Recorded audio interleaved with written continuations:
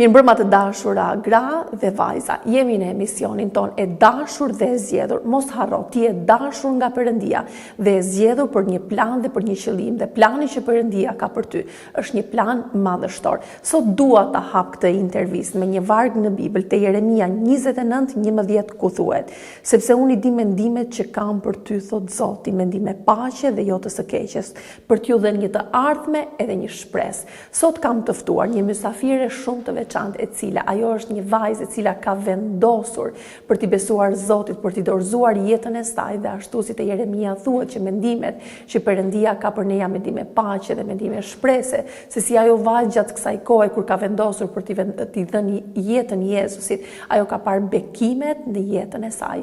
Unë kam të ftuar dhe kam kënaqësinë t'ju prezantoj përpara jush Blendona Cakolli. Blendona, faleminderit që ke pranuar ftesën dhe je në emision. Mirëmbrëma Ina, faleminderit shumë për ftesën, është kënaqësi me qenë në emisionin tënd. Patjetër dhe për ne është një gëzim edhe bekim, dhe unë besoj që intervista jonë së bashku do të jetë bekim edhe për shumë gra dhe për vajza.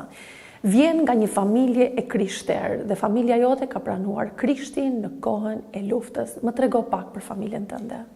Po, unë në fakt vi prej një familje shumë të madhe, edhe gjyshi im ishte imam i fshatit, unë vi prej fshatit Krilev, edhe gjithë axhallarët e mi, hallat e mia ishin të besimit islam.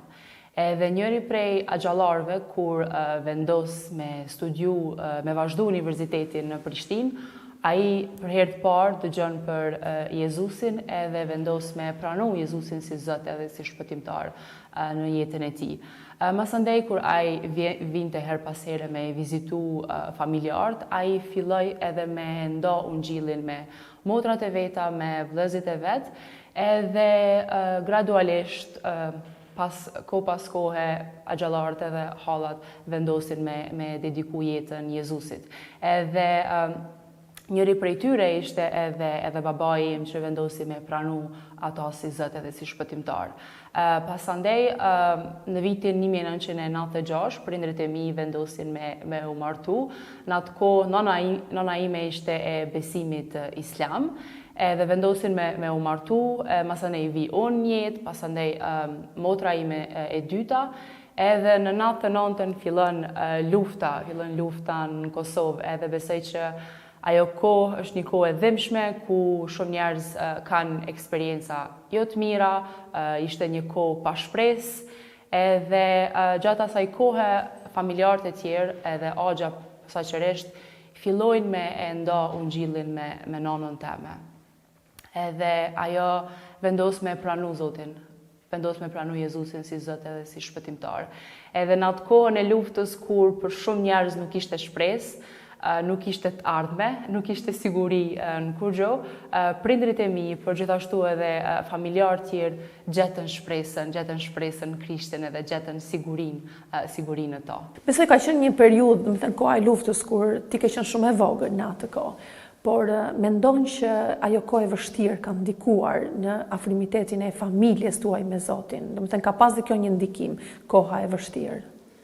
Po, unë në fakt isha shumë e vogël në atë kohë, edhe nuk është që mbaj mend shumë gjana, por kujtoj që çdo herë shtëpia jam ka qenë plot me njerëz. Ka qenë plot me njerëz që kanë ardhur prej qyteteve për më u strehu gjatë kohës luftës tek shtëpia jam. Edhe në atë kohë ku për një dëgjojshe veç lajme të hidhura, edhe dëgjojshe që nështë ke humb një familjar, ose ka ndodhur masakra të ndryshme në vende tjera, edhe patjetër që kur njeriu gjendet në atë situatë, nuk është që mendon shumë për karrierën, nuk është që mendon shumë për punë, ose për shtëpinë, ose për gjëra tjera, e vetmja gjë që ti mendon është qysh me e siguru veten edhe familjarët e tu. Por mendoj çka ka qenë një ndihmes për prindët e mi edhe për familjarët e mi, për shkak sepse ne e dim që ne kemi jetën e përjetshme në Krishtin. Edhe ne e dim që ai kujdeset për fëmijët e vet që janë në tokë. Edhe ne besojmë që ai kujdeset, na mbron edhe siguron çdo herë për neve. Dhe realisht gjatë kohës luftës Perëndia ka tregu kujdes ndaj familjarëve të mi, ka tregu kujdes ndaj prindëve të mi. Edhe mendoj që kjo ka qenë ajo ndihma, ajo shpresa që prindët e mi e kanë gjetë gjatë kohës luftës, edhe patjetër që ka bëm ndoshta me te i kalu pak më lehtë dhimbjen edhe gjithë ato gjëra të hedhshme që kanë dëgju ose edhe i kanë përjetu. E kuptoj. Gjatë kohës që po përgatitesha për pyetje dhe biseda që kemi pas paraprakisht para intervistës, më ke thënë që ka qenë një kohë edhe më trego si e përjetoi atë momentin kur nëna juaj, mamaja, ju mblidhte në darkë dhe ju mblidhte bashkë që të lexonin Biblën. Unë jam fëmija më e madh, kam edhe 2 motra tjera dhe një vëlla, edhe ne jemi rrit në fshat, edhe nuk i kishim shpeshherë mundësinë me shku në Prishtinë apo në një qytet tjetër ku veç se ishte një kish, për shkak të punëve ndryshme që kishim në fshat, por nona jam është një person që për një me e donë shumë Zotin. Edhe ajo çdo herë e ka reflektu dashurinë e Zotit, edhe çdo herë e ka tregu sa shumë i mungon kisha, sa shumë i mungojnë njerëzit e komunitetit, edhe ajo gjithmonë ka pas në zemër me trashëgu besimin tek fëmijët e vet, tek ne në këtë rast, me trashëgu parimet bazë të besimit. Edhe e di, na ishim unë edhe motrat e mia dhe vllai jemi shumë të vogël në atë kohë, edhe ajo çdo natë e kishim si traditë të familjes, ajo çdo natë na mblidhte bashkë edhe ne lexonim Biblën edhe u lutshëm.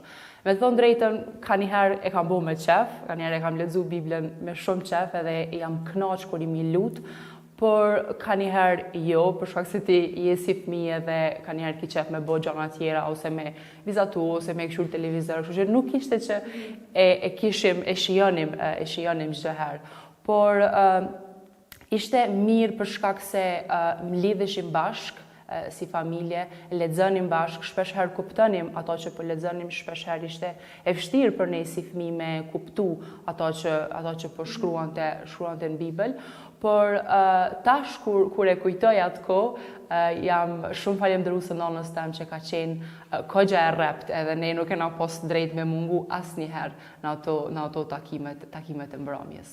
Sa mirë, dhe ndërsa ti po flet, unë e kam parasysh një varg në Bibël, është një histori kur thuhet që gjyshja e Timoteut ja trashëgoi besimin mamit të Timoteut, edhe mami Timoteut patjetër që ka punuar me Timoteun, edhe asnjëherë nuk e dihet, doli një Timote, edhe tha që për momentin kishit vetëm shtëpinë, do me thënë ishte shtëpia juaj, ishte koha që kalonit bashkë, do me thënë me leximin e Biblës, po atëherë që dhe luteshit.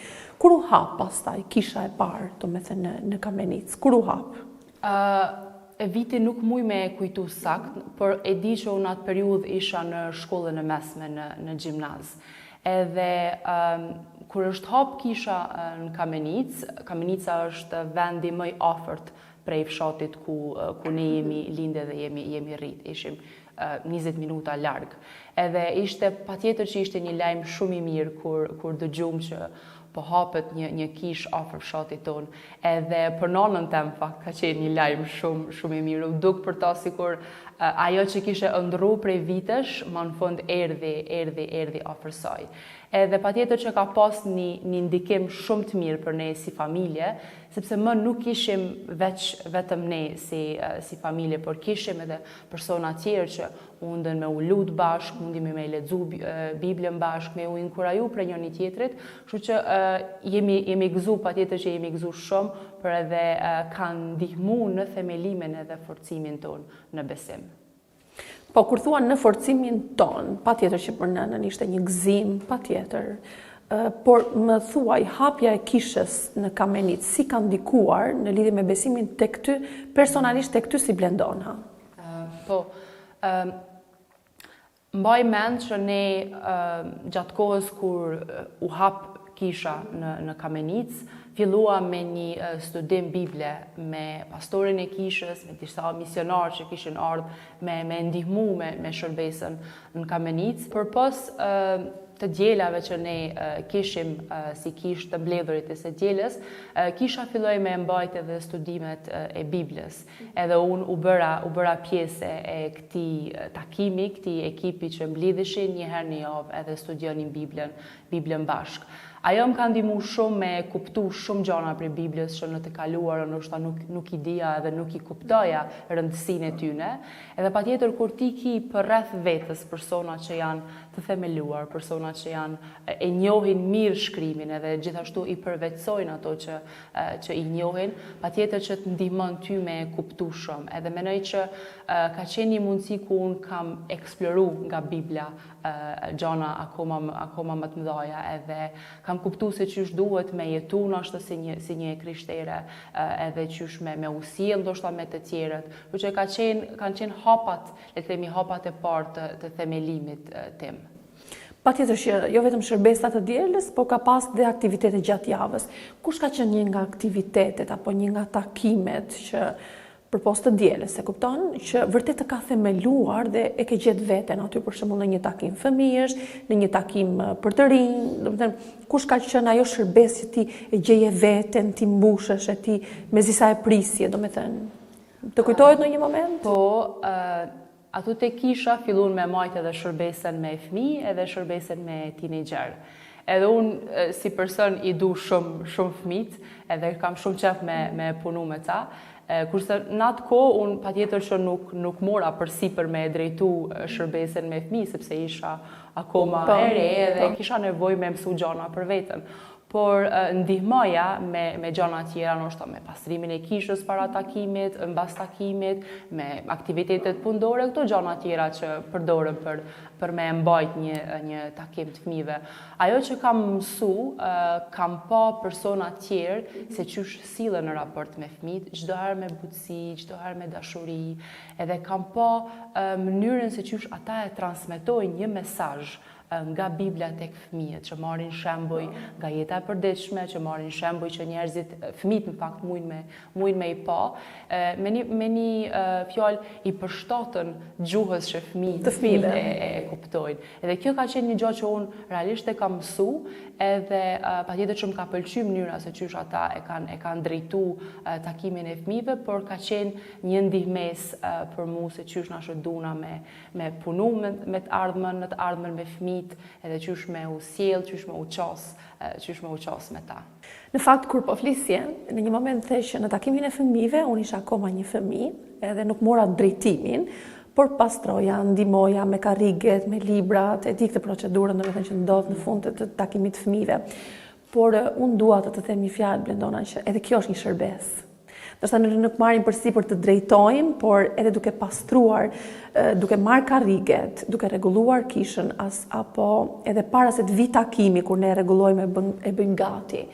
Kjo është një shërbes, edhe unë besoj që ashtu si dhe e kam titulluar këtë emision me ty, se çdo të thotë, ti dorëzohesh Zotit jetën tënde, dhe unë besoj që këto hapa kanë qenë që në fillim kur ke qenë e vogël, por gjatë bisedës që kemi bërë bashk, mua më pëlqen shumë kur ti thua edhe që unë kam parë të tjerët. Kjo është gjë shumë e bukur si ku të ndodhi, domethënë, kudo edhe në këtë kohë kur ne jemi sot që ne të marrim shembull nga të tjerët. Më ke thënë që ke pasur një vajzë, ndoshta ajo ka qenë patjetër më e rritur se ty, ke pasur si një mentore, domethënë që ajo të shqipullizonte. Më trego pak për këtë moment, domethënë. Po, ajo në fakt ishte një grua, ishte një misionare prej Irlandës që erdhi për me ndihmu kishën në Kosovë, edhe vendosi me ardhë në Kameniz bashkë me bashkëshortin e saj. Ajo ishte një grua shumë e dashur edhe shumë e mirë në sytë e mi, edhe kam kalu shumë kohë me ta, edhe ajo më ka ndihmu në formimin e karakterit tem, moj me thonë, edhe realisht më ka mësu shumë gjana për jetën. Unë isha në moshën adoleshencë atëherë, edhe patjetër që ti fillon me pas nësha shumë pyetje që në kulturën që ne jetojmë, prindrit jo çdo herë janë gati me dhon përgjigje. Edhe ka marrë përgjigje prej asaj çdo herë. Aja më ka ndihmu edhe më ka mësu se qysh më usill si një vajzë krishtere, më ka ndihmu edhe me me kuptu se si duna me rujtu në trupin tim, se çfarë vlerash Zoti më ka dhënë mu, edhe qysh me usill me tjerët, edhe mbaj mend që kemi kalu bashk në një libër që titullohet Beteja e çdo vajzës. Edhe unë do të rekomandoja patjetër për çdo adoleshente edhe me lexu vetë, për patjetër edhe me lexu dhe me studiu bashkë me një person që është më i madh. Pse? Sepse aty realisht ka shumë histori të vajzave të ndryshme në përbot, se si kanë bërë jetën kur nuk e kanë njoft Krishtin, edhe në momentin kur e kanë pranuar Krishtin, si ka ndryshuar jeta atyne për të mirë. Edhe mu më kanë ndihmu shumë ato histori që kam lexu, por edhe kam kuptuar realisht sa e vlefshme ti je në sy të Zotit, edhe sa shumë duhesh më u kujdes për veten edhe me erujt trupin tanë. A mendon që çdo e re në fillim të besimit duhet të ketë nevojë patjetër për një mentore? Besoj që është shumë e rëndësishme, sidomos në kulturën, nuk po flas për Kosovë, jo në kohën kur unë kam qenë fëmijë, shpresoj që tash ka ndryshuar marrëdhënia me prindrit edhe me fëmijët, ndoshta kanë hek pakat ato barrierat edhe ato pengesat që i kanë pas, por mendoj që është shumë e rëndësishme për shkak se jo çdo herë prindrit janë gati me dhënë përgjigje, jo çdo herë prindrit janë gati me fol në ashtu tema që janë tabu. Kështu që mendoj që është shumë e rëndësishme me pas një mentor, ashtu edhe vajza për njëjtën kohë edhe djemt. Sepse ajo mosha e adoleshencës ti ki shumë pyetje, je shumë kurioztare për gjëra që ndoshta i bën shoqënia jote, për gjëra që shën botë, kështu që atë nuk mjafton veç me i thonë jo nuk bën, por realisht duhet me tregu pse nuk bën, cilat janë pasojat, çka ndodh nëse ti provon diçka që është në kundërshtim me Zotin. Kështu që mendoj që është shumë e rëndësishme me pas një mentor që të ngën, që lutet për ty, që të këshillon, edhe të udhëheq në jetën tënde. Flasim deri në këtë periudhë të jetës tënde, do me thënë që u hap një kish në Kamenic, besoj që gjete një person të duhur në shtegun tënd që ka qenë si një mentore për ty, pastaj kalove nga një fazë, do me thënë një adoleshente, kur ishte mosha 18 vjeçe që duhet të shkoje të studioje në Prishtinë. Si ndodhi ai moment, do me thënë, ose ishte në tranzicion për ty të lije familjen, po si ndikoi tek ty që do të lije familje dhe do ikë do jetoje vetëm? Në fakt kjo është pjesa më e vështirë që unë mund të them kam kalu deri tash. Deri në moshën 18 vjeçare unë isha në familjen time duke jetu me prindrit e mi, me motrat e mia, me vllahun tem, kisha kishën, kisha vendin ku isha rritën, kisha shoqëninë time, edhe gjithçka isha me pak fjalë në comfort zone, në zonën time të rehatisë. Po, por unë duhej të merrja një hap nëse doja me vazhdu karrierën time, nëse doja me vazhdu studimet, edhe duhej patjetër të vija në Prishtinë, edhe për me vazhdu universitetin. Edhe ishte një moment i vështirë për me lanë gjithçka që ti ke ndërtu deri tash, edhe me u zhvendos në Prishtinë një ambient, një vend pa njohur, gjithçka me nis prej zerrës. Ishte në fakt periudhë e vështirë dhe fillova me u ndje e vetmuar, edhe ndoshta e braktisur është fjalë e madhe, por fillova me u ndje e vetmuar. Për ty ishte në tranzicion patjetër. Besoj që ka qenë një kohë tranzicioni atëherë, sepse kur shkove në Prishtinë, sepse u desh që të le familjen, kishën, nis, shoqërinë, ishte një kohë zbratësire, më the. Ma përshkruan pak këtë ndjenja, po këtë moment, këtë harë kohor që ke pasur? Po, për shkak se unë isha rahat deri tash në atë jetën ku e bëja afër kishës, afër familjes, edhe Prishtina ishte një vend i ri për mu. Ne po flasim para 11 vite që ka ndodhur ky ndryshim dhe kjo lëvizje. Edhe atëherë jeta ka qenë pak më e mbyllur, le të themi, nuk kena pas shumë mundësi me rrjete sociale që është edhe tash, edhe ndoshta tash nuk është ndonjë ndryshim shumë i madh për me lëviz prej një vendi në vendin tjetër. Por në kohën kur unë e bëra këtë hap, patjetër që ishte një ndryshim i madh. Nuk njehja shumë mirë Prishtinën, nuk kisha shoqëri në Prishtinë, edhe më mungonte shumë ajo ambienti familjar, më mungonin shumë prindrit, por ashtu unë kisha me vete edhe një motër, ajo ishte 14 vjeç, edhe unë ishe në përgjësin time ajo, edhe unë erujsha rolin edhe e të motrës edhe të prindërve. Edhe fillova me undje e zbrazët, fillova me undje e palumtur, edhe fillova me undje bosh, edhe nuk gjeja lumturi në kurgjo, sepse gjithçka më kishte marrë një ndryshim. Edhe gradualisht fillova mos me pas më interes për me lexu Biblën, fillova mos me pas interes me pas një kohë personale me Zotin, sepse shpesh herë ndjeja sikur edhe ai ka braktisë, gjë që ai nuk e bën kur, por unë ashtu ndjehesha në atë periudhë. Edhe veç nuk kisha mo interes për me kalu kohë me Zotin. Edhe po kërkoja për me gjetë lumturi, dhe po kërkoja me gjetë lumturi në botë, tek gjona që janë në botë. Sepse mendoja që ndoshta nëse provoj këtë gjë do të ndjehem e lumtur, nëse provoj këtë gjë do të ndjehem e lumtur. Edhe fillova me jetu sikur njerëzit që nuk e njohin Krishtin jetojnë. A ishte, do me thënë, ky largimi jot, a ishte gradualisht, apo ishte me njëherë sa po erdhe në Prishtinë? Apo ndodhi si një proces, gradualisht, me kalimin e kohës, gjithçka u venit? Nuk ishte me njëherë, ndodhi gradualisht. Fillova unë, që ceka dhe më herët, me ndalu së lexuar i Biblën edhe së pasuri një komunikim apo një kohë me Zotin. Vazhdova me shku her pas herë në kish, por edhe dëshira për me shku në kish u zbe. Sepse nuk ndjehesha më rehat edhe thjesht nuk më pëlqente më, sepse unë veç se fillova me shkëput marrëdhënien teme me Zotin edhe nuk kisha më interes as për me vazhdu edhe me shku në kish edhe me nejt me njerëzit e tjerë, vëllezërit apo motrat e mi në Krishtin.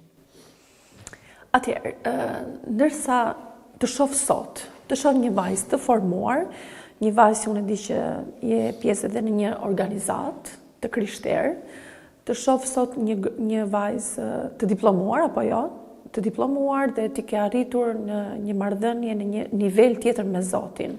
Ka pasur një moment, një pikë kthese, do të thënë nga kjo situatë që sapo folëm dhe unë të falenderoj shumë që ti e ndave, sepse disa gjëra janë tabu, po unë besoj që ka gra dhe ka vajza që janë kalojnë për këto situata. Edhe Bibla thotë që i miri bie 7 herë dhe ngrihet 7 herë. Por kush ishte ai momenti një pikë kthese, do të thënë, që ishte në jetën tënde? U bë një kohë e gjatë që unë nuk ndjehesha rahat me veten time. U bë një kohë e gjatë që unë nuk më pëlqente puna që po bëja, njerëzit që kisha rreth vetes, kisha provu për vitet të tona me gjetë lumturinë dhe lumturia nuk erdhi kurr. Kisha provu edhe më përpjek me mbush zemrën time me gëzim, edhe prapë zemra ime ishte e zbrazët, edhe nuk ndjehesha prapë e lumtur. Gjithashtu përjetova shumë zhgënjime prej njerëzve të mi që unë mendoja që janë afër meje, do të qëndrojnë afër meje, janë njerëzit që unë i vlerësoj edhe mdojnë, edhe përjetova zhgënjim prej tyre. Edhe në fakt veç erdhi një pikë që isha lodh për gjithçka që kisha provu. Edhe dola në balkon, edhe unë jetoj në një banesë në kotin e 10 edhe pamja e Prishtinës, natën është shumë e mirë, edhe dola me marr pak ajër të pastërt edhe veç me qetësu vetën, sepse për shumë kohë ditët e mia ishin me lot në sy, edhe dola për me u qetësu pak. Edhe ndodhi diçka ndryshe. Isha ulur në karrik, edhe nuk e di, nuk muj me shpjegu është aq mirë me fjalë, por veç sytë e mi kanë shku në drejtim të qiellit. Edhe nuk e di si kam thirr emrin o Zot. Këto e mbaj mend. Edhe masanej jam ul në tokë, në gjojnë, edhe kam fillu me qajt aq shumë, sepse momentin kur unë thira emrin e Zotit, më zhdok që e kam shumë afër. Edhe për një kohë shumë gjatë nuk e kisha ndje aq afër prezencën e Zotit. Edhe fillova me qajt shumë, edhe me i thonë, Zot, më falë për krejt gjona që unë i kam bo deri tash. Më falë që të kam zhgënjy ty, më falë që të kam mërzi ty shumë herë, edhe më falë që unë jam largu prej prezencës tone. Edhe për një kohë shumë gjatë, unë isha përpjek me gjetë lumturinë, edhe lumturia nuk erdhi kurrë, por në momentin kur unë e thira emrin e Zotit, edhe aty gjithçka, ajo dhimbje, ajo mërzi, mori fund, edhe Zoti mori gjithë dhimbjen time, edhe prezenca e tij ishte në ato momente me mu, edhe unë ndjeva sikur tash jam e lehtësume, tash jam rahat, edhe krejt ajo barra që ndjeja mbi supët e mia, Zoti e heki, e mori me dorën e vet. Edhe unë ndjeva shumë mirë që isha në gjendje me i rrëfy gjitha gjanat që unë i kisha bë, edhe me kërku falje, me rend për secilën gjë që unë kisha bë. Lavdi Zotit, e faleminderit shumë që ti e ndave. Prapë dua të them, vërtet jam shumë i njohur që e ke ndar këtë dëshmi. Sa herë që do të kërkojmë Zotin, ai është gjithmonë aty afër. Si ishte takimi jot i parë? Domethënë, ai rikthimi me Zotin. Po atë natë kam bë gjithashtu edhe një premtim Zotit, sepse atë natë kam qëndru për një kohë të gjatë në takimin me Zotin, le të themi, kam folë me Zotin për një kohë të gjatë. Kam bë një premtim, kam thonë që kërkoj falje për gjithçka që kam bë deri tash. Edhe premtoj që unë kur mo, pavarësisht se çka do të më sjellë jeta, unë kur mo nuk du më u largu prej teje. Edhe kam thonë që të lutem, dua që duart e tona në mënyrë me qenë të bashkuara, edhe unë mos me provu kur mo me gjetë kënaqësinë në botë ose me gjetë kënaqësinë te gjëra të tjera, sepse ti je burimi i paqes, ti je burimi i kënaqësisë, ti je burimi i gëzimit. Edhe e bëra atë premtim, edhe fillova me njëherë me lexu Biblën, edhe mbaj mend që psalmi 139 është psalmi i preferuar i imi, edhe atë natë kam lexu, ka qenë psalmi që e kam lexu atë natë, edhe jam ndjej sikur jam në prezencën e tij, jam shtrin krahët e tij, edhe ai po mban afër vetes. Gjatë kohës që bëre një premtim Zotit, edhe a kërkove diçka konkrete? Në ato momente kam kërku veç me qëndru çdo herë afër tij. Edhe patjetër që mas asaj nate unë kam vazhdu me pas komunikim, me fol me Zotin, edhe me u lutë, edhe me thellu marrëdhënien tem me ta. Edhe patjetër që fillova me pas edhe lutje të tjera, si du me të shërby ty, du me pas një punë që të shërben ty, edhe një punë që shërben kishës edhe njerëzve tu. Patjetër që si për çdo vajzë që është në moshën e re, kërkon me pas edhe një partner që e don Zotin, një partner që e suporton, edhe fillova me pas edhe këso lutje. Zoti të përgjigj në një mënyrë konkrete. Kush ishin disa lutjet e tua që u bën specifikisht edhe ti morë një përgjigje konkrete nga Zoti? Lutja ime ishte që unë filloja me të shërby ty. Lutja ime ishte që unë të shpallja ungjillin me njerëz të tjerë, edhe të transmetoja, në fakt të tregoja ato që ti ke bën në jetën tënde, atë ndryshimin që ti ke bën në jetën tënde. Edhe fillova me kërku, me thonë Zot, lutem, mbëj që unë me të shërby ty, mbëj që unë me punu për mbretërinë tonë në Kosovë, sepse e shija që është shumë e nevojshme për me pas punëtor që shërbejnë për mbretërinë e Zotit në Kosovë. Edhe fillova me u lutë për një punë, për një shërbes që i shërben Zotit. Erdhe në një pikë të jetës tënde, erdhe në një stat të jetës tënde që Zoti të bekoj, apo për lutja që ti bëre u kthye konkretisht, domethënë ishte një lutje konkrete që Perëndia tu përgjigj, dhe në një stat të jetës tënde, në një moment të jetës tënde, Zoti të bekon edhe me Adrianin. Më fol pak për këtë pjesë. Unë që shqecek edhe te kisha fillu me u lutë për një partner, edhe por kisha vendos që me prit për planin e Zotit.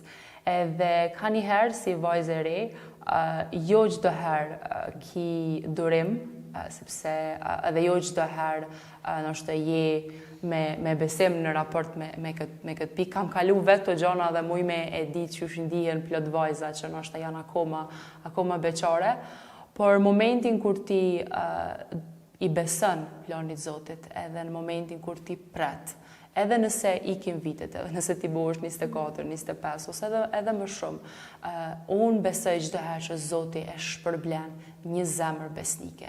Edhe ai e ka bë këtë gjë me mu. Unë vitin 2024 mora këtë përgjigje, edhe Zoti e sjellli Adrianin në jetën time.